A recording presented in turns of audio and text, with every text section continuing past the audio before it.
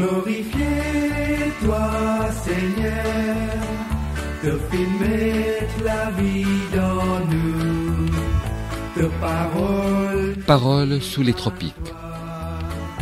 Père, il reste dans nous les cœurs. Paroles sous les tropiques. Une émission mensuelle du diocèse anglican de Maurice. Te parole ne dit mal toi, Père, il reste dans nous les cœurs. Paroles sous les tropiques est une émission qui vous est présentée chaque dernier mercredi du mois. Mais quand même, toi appelle-nous, parce qu'il te content nous glorifier, toi Seigneur, te fais mettre la vie dans nous, te parole nous dit mal toi, Père, il reste dans nous les cœurs. Amis auditeurs, bonsoir et bienvenue à Paroles sous les tropiques. Notre émission ce soir est consacrée à l'appel de Dieu, la vocation. En effet, Dieu ne cesse d'appeler l'homme depuis le premier jour. Où es-tu donc en s'adressant à Adam dans le jardin d'Éden? Tout au long de la Bible, on trouve des récits dits de vocation. Le Seigneur se manifeste par une parole ou parfois par un geste. L'offrande de Gédéon est brûlée par le feu du ciel. Isaïe est touché à la bouche. Ézéchiel reçoit un rouleau qu'il doit manger. Dans les psaumes, lieu privilégié de la prière, paraît clairement l'appel de Dieu.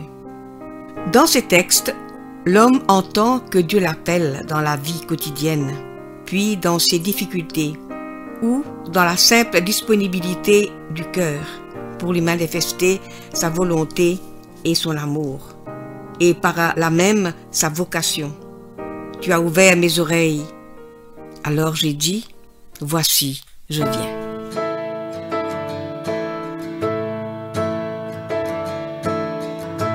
By the Lord of sea and sky, I have heard my people cry. Oh, who dwell in dark and sin, my hand will save. I who made the stars of night, I will make their darkness bright. Who will bear my light to them? Whom shall I send? Here I am, Lord.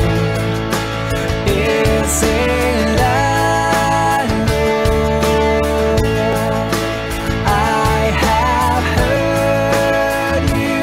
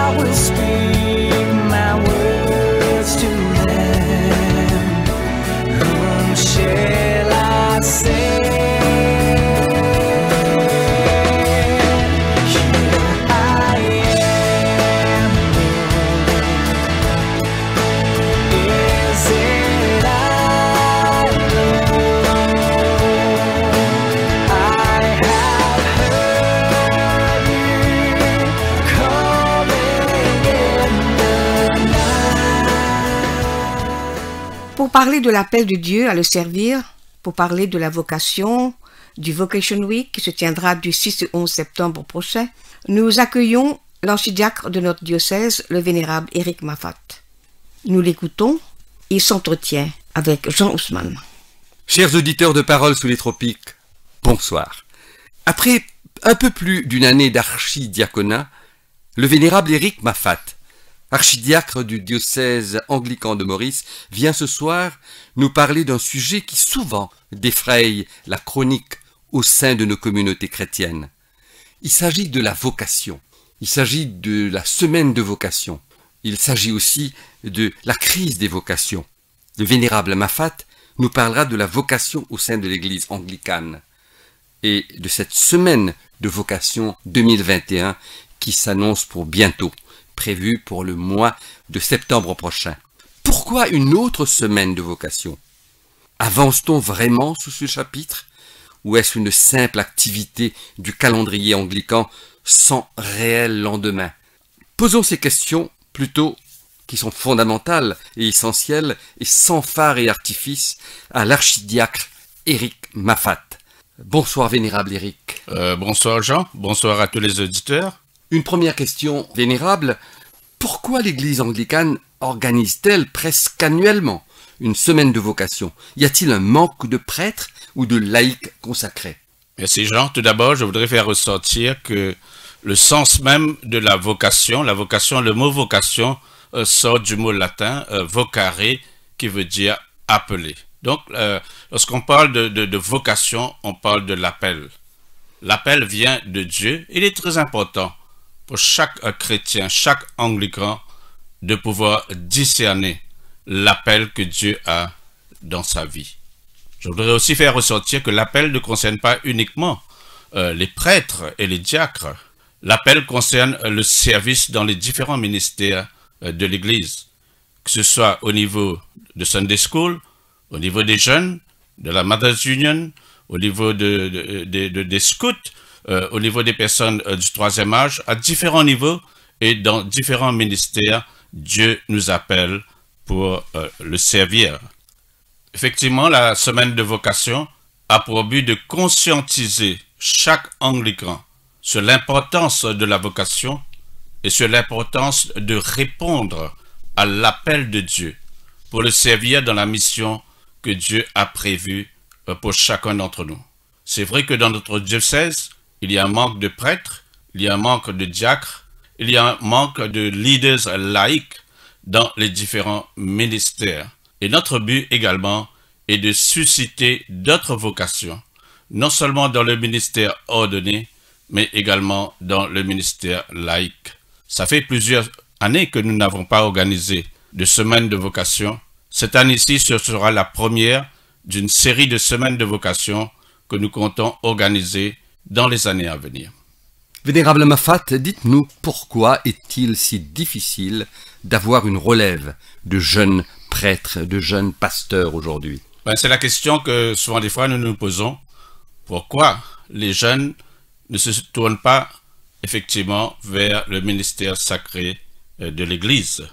Je me souviens quand je faisais mes études théologiques au Mook Theological College à Sydney, il y avait 400 étudiants dans ma classe. Et tous ces étudiants étaient des professionnels.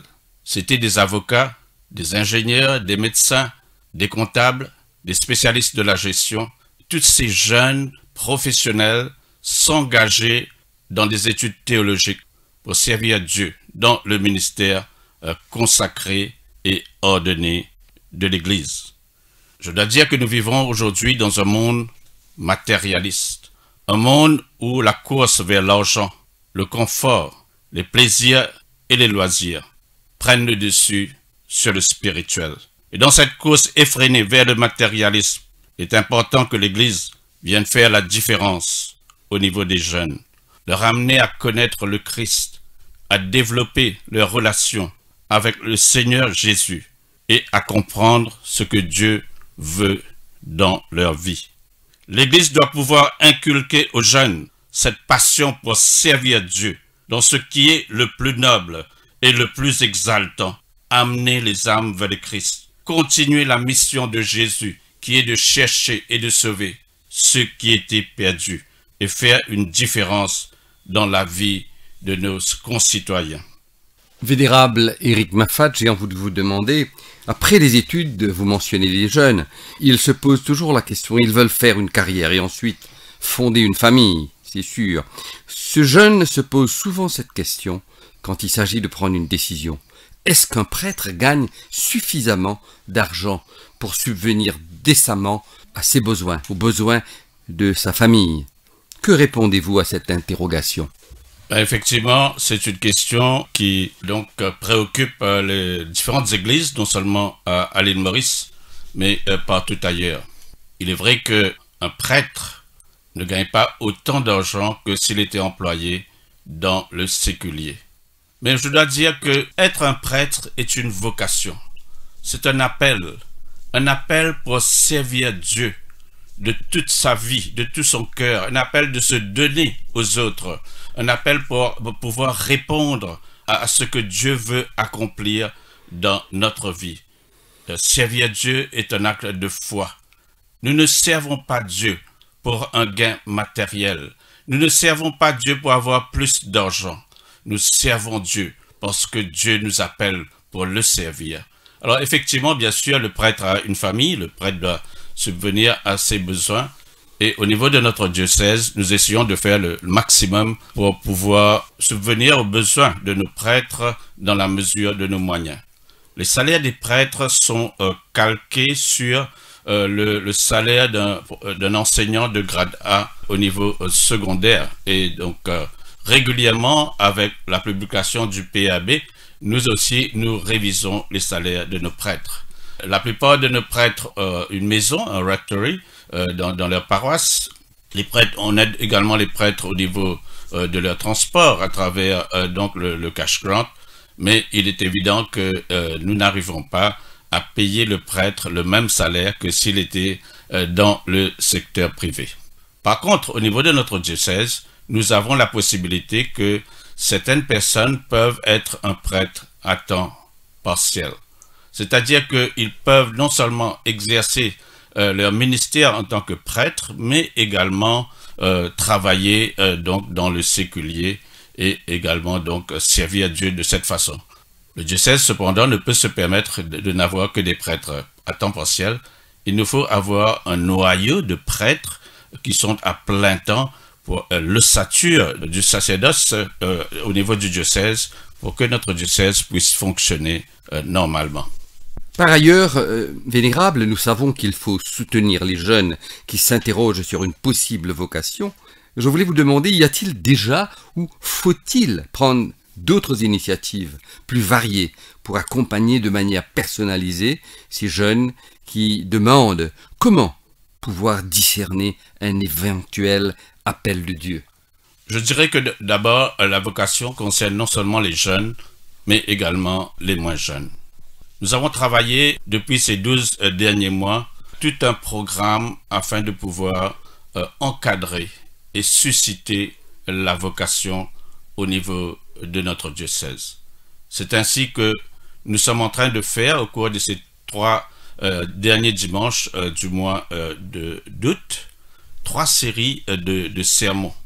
Des sermons touchant la vocation dans l'Ancien Testament, la vocation dans le Nouveau Testament et l'appel de Dieu aujourd'hui. Nous avons travaillé sur un roadmap qui permettrait à chaque personne qui sent un appel pour servir Dieu dans un ministère particulier à savoir exactement le parcours qu'il va suivre. Et dans ce parcours, il y a d'abord le discernement de l'appel. C'est-à-dire que si quelqu'un sent un appel pour servir Dieu dans un ministère spécifique, d'abord il voit son prêtre. Et ensuite, le prêtre qui le connaît bien va le recommander à un comité de vocation au sein du diocèse. Ce comité de vocation va interviewer le candidat et ensuite va l'amener à suivre un parcours. Un parcours à travers ce qu'on appelle le FOI, le Fellowship of Exploration, et le FOV, le Fellowship of Vocation. Ce parcours va permettre à chaque personne de pouvoir mieux discerner son appel et d'être sûr de son appel. Après ce processus de discernement, ensuite viendra le stade de la formation. La formation théorique, biblique et théologique, la formation pratique, avant que la personne en question puisse commencer à exercer dans le ministère choisi. Donc voilà ce que nous sommes en train de prévoir pour encadrer tous ceux qui souhaitent donc se joindre à nous pour répondre à l'appel de Dieu. Et nous prévoyons une semaine de vocation. La semaine de vocation qui aura lieu du 6 au 11 septembre va permettre non seulement à chaque ministère dans l'Église de présenter son ministère au diocèse anglican, que ce soit le ministère des jeunes, le ministère de Sunday School, de la Mothers Union, des personnes âgées, le ministère ordonné de prêtres et de diacres, mais également le samedi 11 septembre, nous aurons un Open Day. Ce Open Day aura lieu à l'église de Saint-Thomas à Beaubassin, et dans ce Open Day, il y aura également un forum, un workshop, où il y aura un panel qui répondra aux questions des personnes qui sentent un appel dans leur cœur et qui voudraient poser d'autres questions. Ce sera l'occasion pour eux de pouvoir poser ces questions. Alors le panel pour le ministère ordonné comprendra Monseigneur Sténio André, qui est notre évêque, Father Eddie Chongsi, qui est le directeur du centre de formation, Father Michael Chotwa, qui a eu beaucoup d'expérience au niveau de la formation, Marcelo Liang, qui a été une des chevilles ouvrières pour l'élaboration de ce roadmap, et également votre serviteur qui sera sur le panel. Vénérable Mafat, il est un fait indéniable que nos institutions sont de moins en moins respectées de nos jours. La famille, le mariage, la justice, l'éducation nationale, la police, l'État et les élus. Alors, les institutions religieuses ne sont-elles pas aussi remises en cause? Dans ces conditions-là, est-ce que devenir un homme d'église, je remets le feu sur la vocation, paraît toujours attrayant, épanouissant?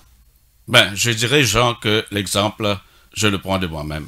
Je considère que être un prêtre est ce qu'il y a de plus noble, de plus exaltant, de plus merveilleux. Servir Dieu de toute sa vie, avec passion, amener les âmes vers le Christ, apporter un changement dans la vie des personnes, les diriger vers Dieu est ce qu'il y a de plus exaltant et de plus noble. Je dirais que l'Église n'est pas une institution vieillissante, mais l'importance pour l'Église de plus en plus d'affirmer son rôle en tant qu'Église, en tant que corps du Christ, pour être lumière au monde et sel à la terre. Lumière au monde et sel à la terre pour apporter une transformation dans la vie des personnes, une transformation dans notre société et pour ramener le peuple vers ce qu'il y a de plus important. Le plus important de notre vie, c'est Dieu. Les valeurs chrétiennes n'ont jamais changé. Ce sont des valeurs instituées par Dieu pour que la société puisse marcher de la manière que Dieu les a créées. Dieu n'a jamais changé. Jésus-Christ est le même, hier, aujourd'hui et pour l'éternité. Et sa parole n'a jamais changé. Jésus a dit que le monde passera, mais ma parole ne passera point. L'Église n'est pas une institution vieillissante, dépassée et démodée. Mais plus que jamais, dans cette société où le péché, où la corruption, où les vices sont en train d'abonder, plus que jamais l'Église a un rôle essentiel de pouvoir ramener les gens vers ce qui a été prévu par Dieu à l'origine, afin que nous puissions retrouver la paix, la stabilité et la prospérité dans la société dans laquelle nous vivons. Vénérable Mafat, je parle ici de dictature de l'argent, mais vous l'appelez autrement, vous parlez de matérialisme ambiante et des vices de la société qui ont le pouvoir d'éloigner nos jeunes de la vie consacrée. Donc, au contraire, il faut se rapprocher d'eux, ces jeunes-là, et leur transmettre le virus de la joie de l'Évangile. Est-ce que le pasteur anglican renvoie vers le jeune aujourd'hui, qu'il observe, cette image captivante et passionnante qui donnerait à la fois envie et goût à cette vie consacrée? Effectivement, le pasteur a un rôle très important au sein de l'Église. Étant le leader de la paroisse, les gens ont tendance à fixer leur regard sur lui et le considérer comme un modèle de vie, un modèle d'une personne qui sert le Seigneur. Et c'est pourquoi il est très important que pour chaque pasteur, que nous puissions avoir une vie consacrée, une vie sanctifiée, une vie selon la parole de Dieu. Une personne qui vit par la foi en Dieu, la foi dans la parole de Dieu, la foi dans les promesses de Dieu, dans sa manière de vivre au jour le jour, dans ses relations avec les autres, dans sa compassion pour ceux qui souffrent, dans son attitude par rapport aux difficultés et aux conflits de la vie, le pasteur est appelé à vraiment donner l'exemple. Mais il est bien sûr, chaque pasteur est quand même un homme ou une femme. Et chacun de nous a ses forces et ses faiblesses. Il n'y a personne qui est parfait sur cette terre, à part Dieu. C'est pourquoi que notre modèle doit être Jésus. C'est notre Seigneur Jésus qui doit être notre modèle. Il est le pasteur parfait. C'est le berger des bergers. C'est celui qui nous guide. C'est celui qui nous enseigne. Et il est notre modèle. Et notre regard doit être fixé sur lui. Notre passion, c'est de servir Dieu. Notre volonté, c'est de faire non pas notre volonté, mais la volonté de Dieu. Nous vivons pour le Christ. Nous marchons pour le Christ. Soit que nous vivions, soit que nous mourions, nous sommes au Seigneur, nous dit l'apôtre Paul. Nous devons retrouver cette passion de l'apôtre Paul. Et je pense que l'Église doit ramener vers lui des jeunes, des moins jeunes, qui sont passionnés pour l'Évangile, passionnés pour Dieu. Et il est très important que l'Église arrive à changer de packaging. L'Évangile, le contenu de l'Évangile, l'essentiel de l'Évangile doit rester intact et non pas être dilué. Mais le packaging, la manière de présenter l'Évangile doit être changé pour s'adapter par rapport à l'évolution de la société, par rapport aux jeunes. Il est très important de bien recentrer et revoir notre packaging pour que l'Évangile puisse être une Évangile exaltante et passionnée pour pouvoir ramener les jeunes et les moins jeunes vers Dieu. Vénérable Éric Maffat, vous m'aviez parlé de programme tout à l'heure, de plan. Donc vous avez bien sûr une trajectoire et un cap. Donc moi ce que j'ai envie de vous demander, nous sommes presque arrivés à la fin de cet entretien, si vous avez des objectifs précis et une stratégie bien articulée pour capter de nouveaux appelés, des pasteurs qui veulent donner encore plus leur vie au Christ et au service de l'Église. Notre objectif, c'est de pouvoir offrir au diocèse une infrastructure, un cadre pour pouvoir faciliter et susciter plus de vocations dans notre diocèse. Au niveau de Diocesan Training Center, nous venons de nommer un nouveau directeur, en la personne de Father Eddie Chongsi. Donc nous avons travaillé sur un roadmap qui donnera une idée très claire et très précise pour chaque personne qui veulent s'engager dans un ministère spécifique. Nous sommes en train d'établir des relations avec des écoles bibliques et théologiques de par le monde. Nous avons déjà établi des relations avec Moore Theological College de Sydney, et nous sommes en train également de développer des relations avec Axe Academy en Inde et avec d'autres institutions. Et nous sommes en train également de prévoir des cours donc à travers le Zoom, à travers l'Internet et non seulement physiquement.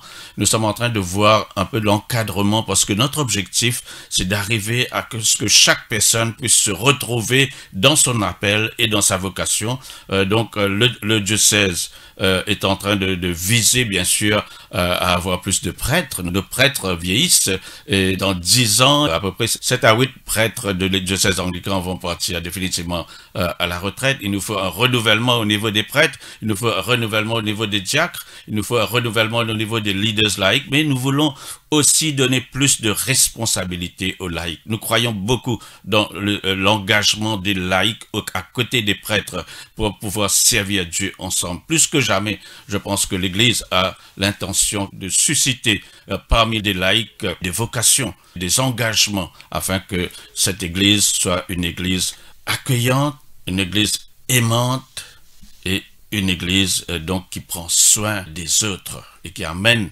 la bonne nouvelle de l'Évangile à toute la création. Merci Vénérable Éric Maffat pour ce temps passé à Parole sous les tropiques. Nous vous souhaitons bonne chance dans cette exaltante tâche de pêcheur d'hommes et de femmes que vous êtes.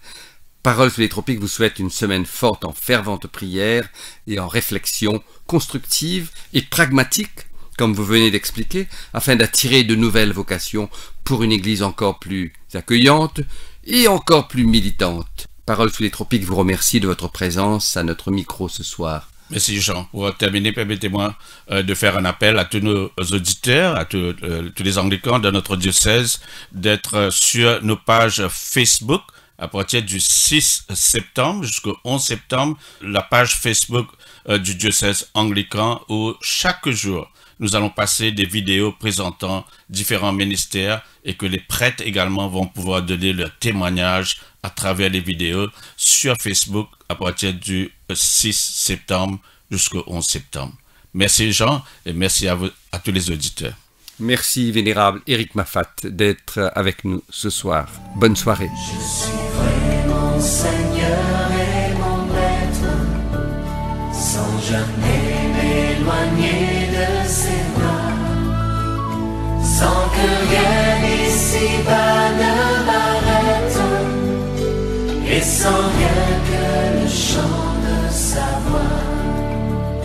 Je vivrai de bonheur et de grâce, de l'amour que son cœur m'a donné, et que rien ici-bas ne l'efface.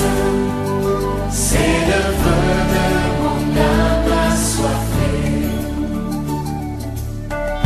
Un seul instant auprès de toi vaut bien les heures et la route.